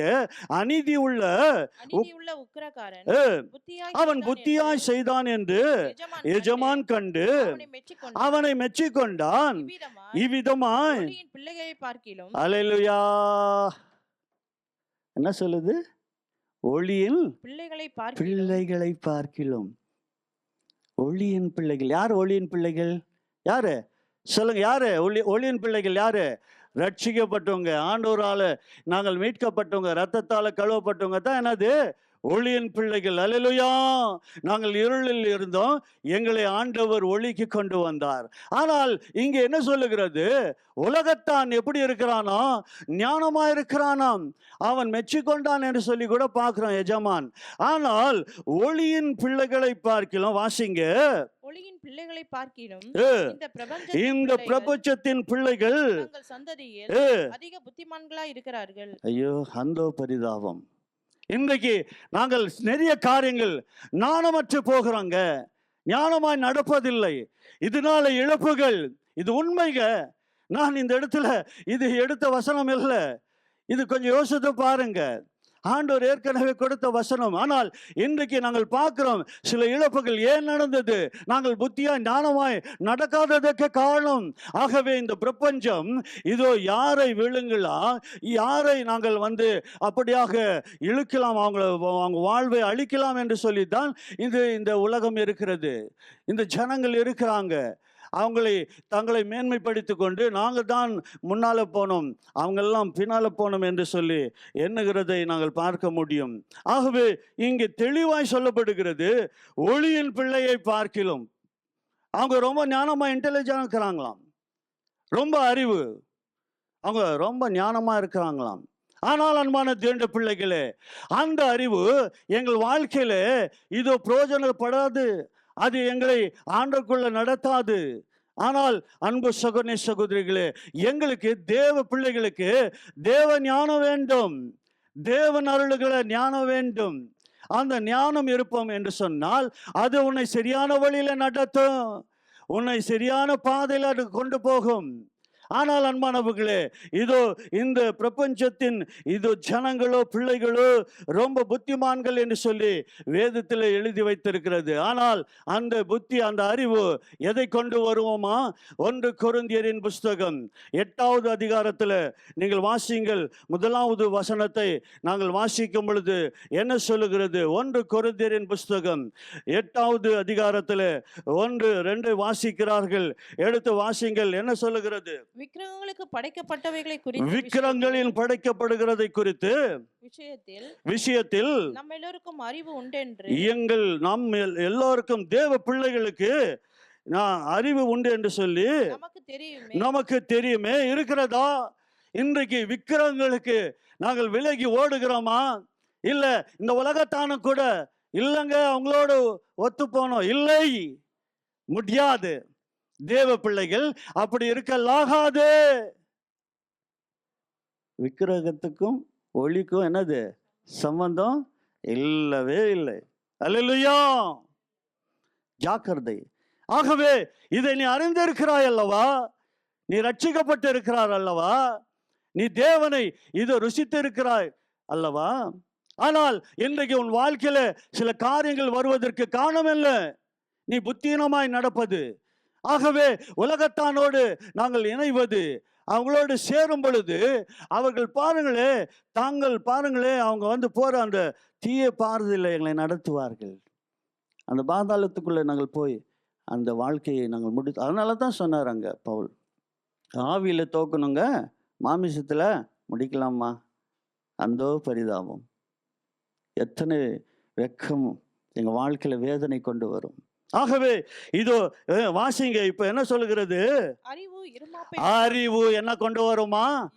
அது நான் சொல்றேன், இந்த உலக அறிவு என்னத்தை கொண்டு வரும்? அது இருமாப்பை கொண்டு வரும். இருமாப்பு தேவனுக்கு எதிர்த்து செயல்படுவது.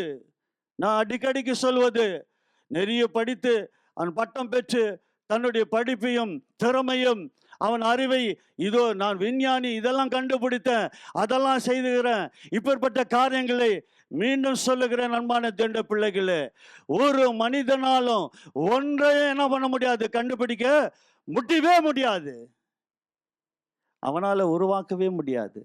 ஏன்னா தேவன் தான் அதை எல்லாவற்றையும் செய்து என்னது வைத்திருக்கிறார். தேடுகிறவன் கண்டடைவான் சொன்னார். அதை ஒரு நாள் அவன் தேடுறான், என்னது அதை காண்கிறான், அவ்வளவுதான். ஆனால் உன்னால ஒன்றும் உருவாக்க முடியாது, ஒன்றும் உண்டு.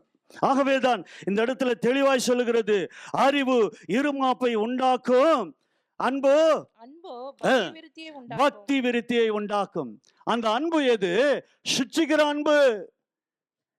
எங்கள் வாழ்க்கையில் அன்பான தேவனுடைய பிள்ளைகளே, இன்றைக்கு நாங்கள் ஆண்டவருடைய பிள்ளையா இருக்க காரணம் என்ன? எத்தனை காரியங்களிலே நாங்கள் ஆண்டவரை அறிந்தோம், எங்கள் வாழ்க்கையில பிள்ளைகளை விட்டோமே. எங்களை சிட்சித்து எத்தனையோ முறை எண்ணி பார்க்கிறேன். என் வாழ்க்கையில ஆண்டவர் 88வது ஆண்டுல அந்த பெங்களூர் தேசத்துல, இந்தியாவில் என் வாழ்க்கையில கர்த்தர் இடைப்பட்டார். இந்த ப்ளோமினாஸ் ஹாஸ்பிட்டல்ல 91 என் வாழ்வை ஆண்டவர் மாற்றினார். 92வது ஆண்டிலிருந்து அவருடைய ஊழியத்தை செய்ய அழைத்தார். இதுவரைக்கும் நடத்துகிறார். ஆனால் எத்தனையோ பாதைகள் நான் கடந்து வந்ததை திரும்பி பார்க்கிறேன். சிக்ஷைகள், அநேக காரியங்கள் என் வாழ்க்கையில கடந்து வந்ததை பார்க்கிறேன். ஆகவே தான் இன்றைக்கும் தேவனுடைய பிள்ளையா இருக்க முடிகிறது. ஆகவே அன்பான சகோதரி சகோதரிகளே, அன்பு பக்தி விருத்தியை உண்டாக்கும். அடுத்த வசனம் என்ன சொல்லுது தெரியுமா? ஒருவன், வாசிங்க 2வது வசனத்தை, ஒருவன் தான் ஏதேனும் ஒன்றை அறிந்து அறிந்து இன்னைக்கு சொல்றாங்க இல்லையா, எனக்கு எல்லாம் தெரியுங்க, எல்லாம் தெரியும், நான் எப்போ வரேன்னு எனக்கு தெரியுமா. ஜாக்கிரதை, ஆண்டவர் உன் வாழ்க்கையில எப்படி வருவார் என்று சொல்லி யாருக்கும் தெரியாது. உன் வாழ்க்கை மாறட்டும், மனம் திரும்பு, மனம் திரும்பு, நீ யாரா இருக்கட்டும். இதோ வேதம் சொல்லுகிறது, ஏதேகினும் ஒன்றை நீ அறிந்தாய் என்று நீ எண்ணுவாய் என்று சொன்னால் என்ன சொல்லுது, ஒன்றையும் நீ அறிய வேண்டிய பிரகாரமாக நீ ஒண்ணுமே இல்லை, நில், ஜீரோ. நீ ஒன்றுமே உனக்கு தெரியலையா, எனக்கு எல்லாம் தெரியுதுன்னு சொல்றான் பாரு. ஆகவே அன்பான தேவனுடைய பிள்ளை, காரணம் என்ன, தேவனை அறிந்திருந்தால் ஒருவனும் அதை சொல்ல மாட்டான், ஒரு போதும் அதை அறிக்கையிட மாட்டான். என்னால வந்தது, நான் செய்தேன், நான் கொடுத்தேன், நான் பார்த்தேன், நான் இதை செய்தேன் சொல்லவே முடியாது, சொல்ல மாட்டான், நான் ஒரு போதும் சொல்ல மாட்டேன். கர்த்தர் தந்தார், ஹல்லேலூயா. இந்த ஜீவனை கர்த்தர் தந்தார், இந்த தேசத்துல கர்த்தர் கொண்டு வந்தார், ஹல்லேலூயா. என்னை வாழ வைக்கிறார், ஹல்லேலூயா. அவருக்கு ஆசீர்வாதமா வைத்திருக்கிறார், ஹல்லேலூயா. எத்தனை போராட்டங்கள், எத்தனை இழப்புகள், எத்தனை காரியங்கள் இன்றைக்கும் என் வாழ்க்கையில இருந்தாலும் கர்த்தரை விட்டு மாட்டும் போகவே மாட்டேன், ஹல்லேலூயா. காரணம் என்ன, என் தேவன் மகத்துவம் உள்ளவர், அவர் அன்பை அறிந்திருக்கிறேன் அன்பான தேவனுடைய பிள்ளைகளை. ஆகவே இதோ இன்றைக்கு எங்கள் வாழ்க்கையில நாங்கள் அறிவு கர்த்தருடைய பிள்ளைகளாக இருக்கும்போது, அந்த ஞானத்தில் நாங்கள் நடக்காமல் போகும் பொழுது அன்னைக்கு இழப்புகளை பார்க்கிறோம் அன்பான தேவனுடைய பிள்ளைகளே. அதைத்தான் இன்றைக்கு நாங்கள் கற்றுக்கொள்கிறோம். சரி, 2 காரியங்களை பார்த்து நாங்கள் ஜெபிக்க போகிறோம். தேவன் என்ன சொல்லுகிறார், ஓசியாவின் புஸ்தகம் எடுத்து வாசிப்போம். பள்ளி ஏற்பாடில் இருக்கிறது. ஓசியாவின் புஸ்தகம் 4வது அதிகாரத்தில் எடுத்து வாசிக்க கேட்போமா? ஓசியாவின் புஸ்தகம் 4வது அதிகாரத்தில் எடுத்து வாசிப்போம். அந்த இடத்துல பாருங்களேன், 6வது வசனத்தை வாசிக்கும் பொழுது ஆண்டவர் என்ன சொல்லுகிறார், பக்கம் 1052வது பக்கத்துல ஓசியா வாசிங்க. அந்த இடத்துல 4:6 வாசிக்கிறார்கள். என்ன சொல்லுகிறது பாருங்களேன், என்னது வாசிங்க. என் ஜனங்கள், பாருங்களேன், ஆண்டவர் யாரை பார்த்து சொல்லுகிறார், என் ஜனங்கள் இது அறிவில்லாமையில் சங்காரமாகிறார்கள். அப்போ ஏன் எங்க வாழ்க்கையில இப்படிப்பட்ட காரியங்கள், அவங்க அறிவில்லாமல் நடந்து கொள்வது, யாரை பார்த்து சொல்றாரு, என் ஜனம், தன்னுடைய பிள்ளைகளை பார்த்து சொல்றாரு. யாரை அன்பு கூறுகிறாரோ அவர்களை பார்த்து தான் ஆண்டவருடைய வசனம் சொல்லுகிறது, என் ஜனங்கள் அறிவில்லாமல் அவர்கள் சங்காரமாகிறார்களே. அடுத்தது, நீ என் அறிவை வெறுத்தாய். தேவனுடைய வார்த்தையை இன்றைக்கு எத்தனை பேர் ஏற்றுக்கொள்கிறோம்? இன்றைக்கு ஆண்டோடைய காரியங்களுக்கு, இன்றைக்கு ஆண்டோடைய சத்தத்தை அறிந்தும் எத்தனை பேர் அதுக்கு பயப்படுறாங்க? எத்தனை பேர் ஒப்பு கொடுக்கிறோம்? எத்தனை பேர் இன்றைக்கு ஆண்டோடைய காரியத்துக்கு நாங்கள் உண்மையா இருக்கிறோம்? அதை வெறுக்கிறவர்களா இருக்கிறோமா, அதை நேசிக்கிறவர்களா இருக்கிறோமா? சகிக்கணுமே, கர்த்தருடைய காரியத்தை விட்டு நீ போவாய் என்று சொன்னால் ஆண்டவருடைய வசனம் என்ன சொல்லுகிறது பாருங்களே, வாசிங்க.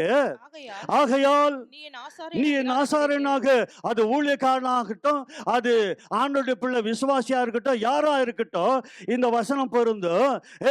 வாசிங்க. நீ என் ஆசாரியனாய் இராதபடிக்கு நான் உன்னை வெறுத்தேன். பாருங்களேன், வெறுக்காத கர்த்தர், ஒருபோதும் வெறுக்காத கர்த்தர். காரியம் என்ன? ஏன் இந்த காரியத்தை தேவன் அப்படி சொல்றார்? காரணம், நீ கர்த்தருடைய காரியத்தை வெறுக்கிறாய். வெறுப்புக்கும் அருவெறுப்புக்கும் வித்தியாசம் தெரியுமா உங்களுக்கு? தெரியுமா? வெறுக்கிறதுக்கும் அருவெறுப்புக்கும். வெறுக்கிறதுனாக்கா, இப்போ இங்கே வந்துட்டு ஒரு கூட்டத்தில்னு வச்சுக்கோங்க, அங்கே சாப்பாடு சாப்பிட்டு வந்து உக்காடுறாங்க. இட்லி ஏதோ சாப்பிட்டு வந்து திடீரென்று வாமிட் பண்ணிடுறாங்க. பக்கத்துக்கு என்ன எப்படி இருக்கும்? உட்காந்து இருக்கிறவங்களுக்கு பக்கத்துக்கு எப்படி இருக்கும்? வெறுப்பாக இருக்கும். என்னடா இது இப்படி அசிங்கம் பண்ணிட்டாங்க. உண்மைதானே? அப்படித்தான் தோன்றும், வெறுக்கிறது. கொஞ்ச நேரத்தில் இப்போ அந்த அம்மா என்ன பண்ணுதான், கீழே இருந்த அந்த இட்லியை, ஐயோ காலைல தானே சாப்பிட்டேன், அதையே எடுத்து இப்போ அது சாப்பிடுதான். இப்போ பார்த்தீங்களா மூஞ்சி எப்படி சுழிச்சிங்க? இதுதான் வெறுக்கிறதுக்கும் அருவெறுப்புக்கும் என்னது வித்தியாசம். கொஞ்ச நேரம் விட்டுட்டு இப்போ அந்த அம்மா என்ன பண்ணுதான், இந்த பக்கத்தில் இருக்கிற நீயும் என்ன பண்ணு கொஞ்சம். அன்பான தேவனுடைய பிள்ளைகளே, எங்கள் வாழ்க்கையில வெறுக்கிறதுக்கும் அருவருப்புக்கும் இந்த வித்தியாசத்தை பார்க்கிறோம். ஆகவே தேவன் ஏன் வெறுக்கிறோம், எதை வெறுக்கிறார், அதை தான் இன்றைக்கு அறிந்து கொள்ள வேண்டும். மனிதன்களை அல்ல, யாவரையும் பாவியை நேசிக்கிற கர்த்தர். ஆனால் உனக்குள்ள இருக்கிற அந்த குணாதிசயங்களை கர்த்தர் வெறுக்கிறார். ஏன்? அது பிசாசனால் வந்தது. பிசாசை நாங்கள் நேசிக்க முடியாது. விளங்கிட்டா உங்களுக்கு? விளங்குதா? விளங்குதா? அப்ப ஆண்டவர் சொல்றாரு, நீ என்னை என் வேதத்தை நீ வெறுத்தாய், நீ என் அறிவை வெறுத்தாய், ஆகையால் நான் உன்னை என்ன பண்றேன், நீ உன் தேவனுடைய வேதத்தை மறந்தாய், ஆகையால் நான் உன் பிள்ளைகளை மறந்து விடுவேன். அல்லேலூயா. இங்க என்ன சொல்லுது தெரியுமா? இப்ப வெறுத்தா நான் உன்னை தான் வெறுக்கிறேன்னு சொல்லிக்கணும். ஆண்டவர் என்ன சொல்றாரு, உன்னையும் வெறுப்பேன், உன் பிள்ளையும் வெறுப்பேன். பார்த்தீங்களா? அதனால தான் இன்றைக்கு நிறைய இந்த தண்டனைகள் வருது பாருங்களேன். ஏங்க நல்லா தான் போய் நினைச்சிங்க குடும்பம், ஏங்க என் பிள்ளைக்கு இப்படி ஆயிடுச்சு? ஏன்? முற்பிதாக்கள் அநேக காரியங்களை செய்து அந்த பாவ சாபங்கள் இன்றைக்கு தொடர்ந்து வருகிறதை பார்க்கிறோம். ஆனால் கர்த்தர் உன் வாழ்க்கையில வருவார் என்று சொன்னால், அவர் ரத்தத்தால கழுவப்படுவார் என்று சொன்னால், உண்மையாக அந்த பாவ சாபத்தை முழுமையாய் நீக்கி போடுவார். ஆண்டவர் சொல்றார் அந்த இடத்துல, இதோ இந்த இடத்துல ஆண்டவருடைய வசனம் சொல்லுகிறது, நீ மறப்பாய் என்று சொன்னால் நானும் உன்னையும் உன் பிள்ளைகளும் நான் மறந்து விடுவேன் என்று சொல்லி. ஆகவே இப்பொழுது விளங்குறதா உங்களுக்கு அன்பான தேவனுடைய பிள்ளைகளே? சிட்சையை வெறுக்கலாமா? யாரை அன்பு கூறுகிறார்களோ அவரை தான் ஆண்டவர் இதோ சிட்சிக்கிறார், அவளை தண்டிக்கிறார். காரணம் என்ன? அவனை இதோ நித்திய வழியில இந்த பூமியில அவன் ஆண்டவருக்காக வாழ வேண்டும். அவன் சந்தோஷ, சமாதான, மகிழ்ச்சி, நீதி, அமைதி எல்லாவற்றிலும் அவன் பெற்று மறுவாழ்வை பெற வேண்டும் என்று தேவன் விரும்புகிறார். அந்த சகிப்பு வேணுமே, எங்களுக்குள்ள இருக்கிறதா? கிறிஸ்துவுக்காக நாங்கள் சகித்து கொள்கிறோமா? எத்தனை ஞானம் இல்லாமல் நாங்கள் நடந்து எத்தனை காரியங்களை இழந்து போகிறோம். தயவு செய்து அன்பான தேவனுடைய பிள்ளைகளை, ஆனாலும் கூட கர்த்தர் அன்புள்ளவர். அல்லேலூயா. இது அந்த ஓசியாவில் இப்போ 5வது அதிகாரத்தில் கடைசி வசனத்தை வாசிங்க. ஓசியா 5ஆம் அதிகாரம் கடைசி வசனத்தை வாசிக்கிறாங்க, 15வது வசனத்தை வாசிக்கிறாங்க. இங்கே அவர்கள் தங்கள் குற்றங்களை உணர்ந்து, அப்ப பாருங்களேன், இப்ப என்ன சொல்றாரு வசனம், என்ன சொல்லுது? அவர்கள் தங்கள் குற்றங்களை என்ன பண்ணலாமா? உணர வேண்டும். உணர்வில்லாத காரியங்கள், அதான் அறிவில்லாத காரியங்கள், ஞானமில்லாத காரியங்கள் எங்கள் வாழ்க்கையில நாங்கள் இருக்கும் பொழுது, உன் வாழ்க்கையில எங்கள் வாழ்க்கையில அநேக போராட்டங்கள் வர காரணம் என்ன? யாரை குறை சொல்லி கொண்டு இருக்கிறோம்? கடவுளையா?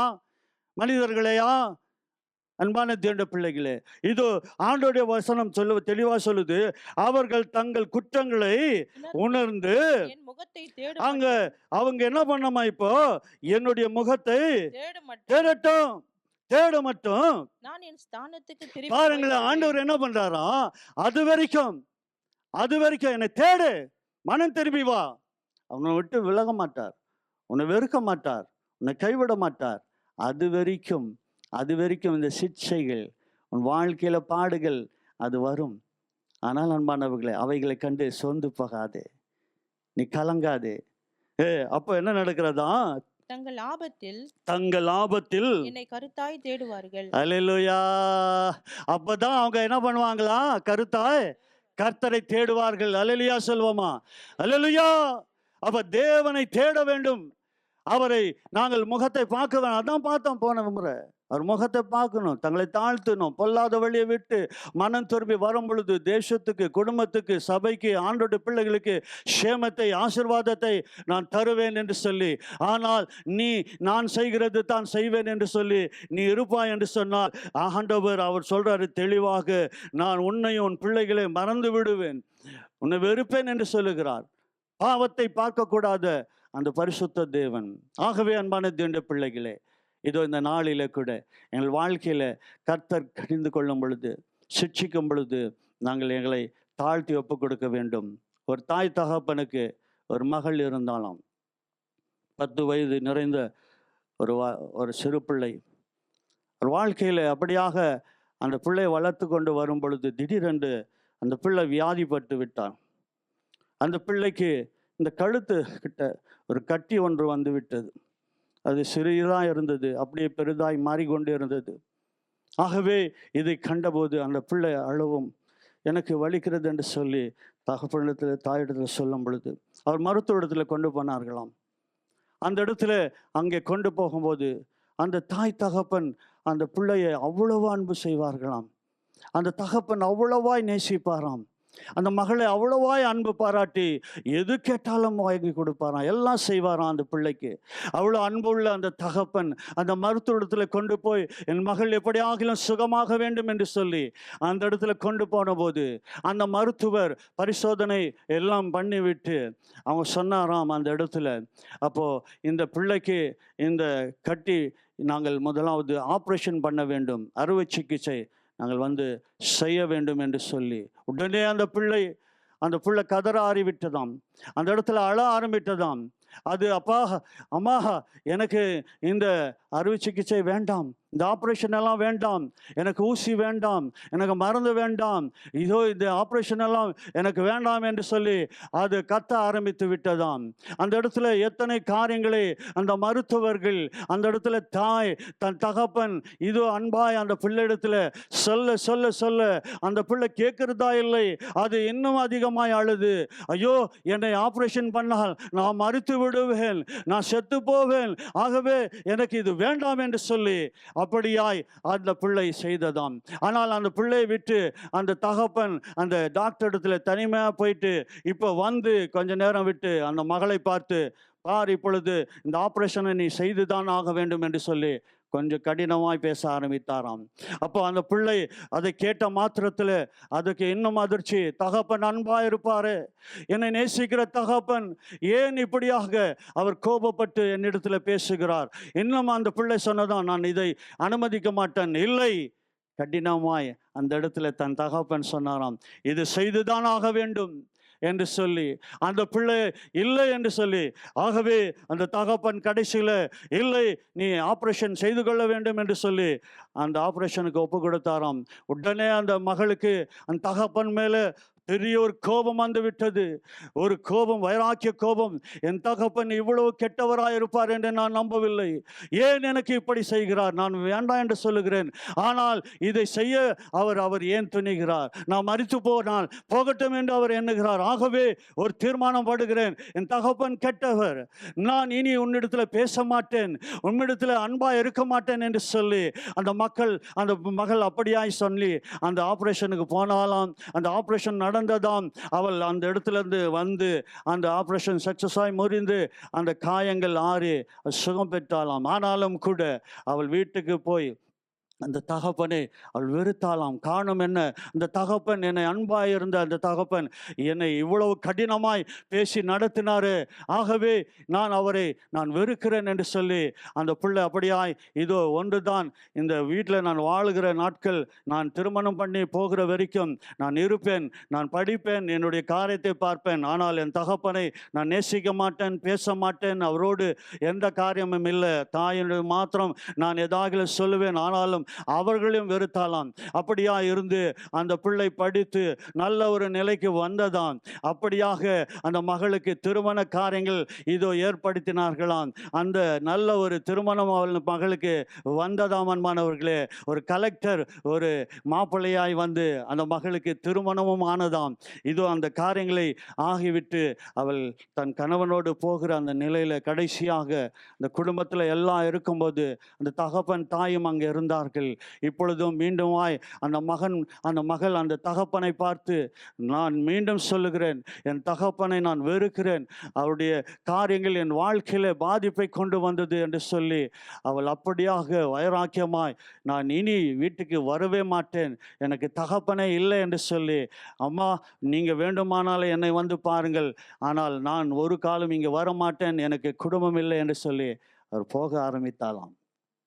உடனே அந்த தகப்பன் அந்த இடத்துல இந்த மகளை பார்த்து, நீ இவ்வளோ காலங்கள் நீ செய்த காரியங்களை நான் சகித்து நான் அமைதியாக இருந்தேன். அவர் சொன்னாராம், 2 நிமிடம் நான் சொல்லுவதை கேட்டு நீ போ மகளே என்று சொன்னாராம். அப்போ அந்த இடத்துல அந்த தகப்பன் சொன்னாராம், உண்மைதான், நான் கோபமாய் உன்னிடத்தில் நடந்து கொண்டது உண்மைதான், ஆனால் ஏன் அப்படி நடந்தேன் தெரியுமா, இதோ உங்களை தனியா விட்டு நான் மருத்துவரிடத்துல போனேனே, அந்த மருத்துவர் என்ன சொன்னார் தெரியுமா? இந்த ஆபரேஷன் பண்ணவில்லை என்று சொன்னால் உடனே அந்த பிள்ளைக்கு அது ஆபத்தாய் முடியும்.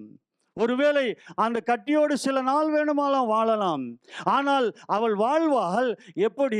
அவள் தலகுனிந்து தான் வாழ்வாள். அவள் நிமிர்ந்திருக்க முடியாது, அந்த வேதனையில தான் இருப்பாள். அது சில நாட்கள் கழித்து அவள் கொஞ்ச நாட்களிலே அது அவள் வாழ்க்கைக்கு ஆபத்தாய் முடியும் என்று சொல்லி அந்த மருத்துவர் இந்த காரியங்கள் சொன்னபோது தான் என் மகள் எப்படியாகும் பிழைக்க வேண்டும், அவள் வாழ்ந்திருக்க வேண்டும், அவள் செழித்திருக்க வேண்டும், அவர் ஆசீர்வாதமாக இருக்க வேண்டும் என்று சொல்லி உண்மையிலே வைத்த அன்பின் நிமித்தம் நான் இதை அனுமதித்தேன் என்று சொல்லி இந்த காரியங்களை சொன்ன மாத்திரத்திலே அந்த மகள் தன் தகப்பன் பாதத்தை வந்து முத்தமிட்டு அழுதாள். அப்பா, அப்பா, நீங்க என் மேல வைத்த அன்பு எத்தனை பெரியது. நான் சுகமாயிருக்கும்படியாய் நீங்கள் என் மேல இவ்வளவு அன்பு வைத்தீங்களே. எனக்கு ஒரு நல்ல வாழ்வு, ஒரு கலெக்டர் மாப்பிள்ளையாகி வரும்படியாய் ஆண்டவரே நீங்க செய்திகளை.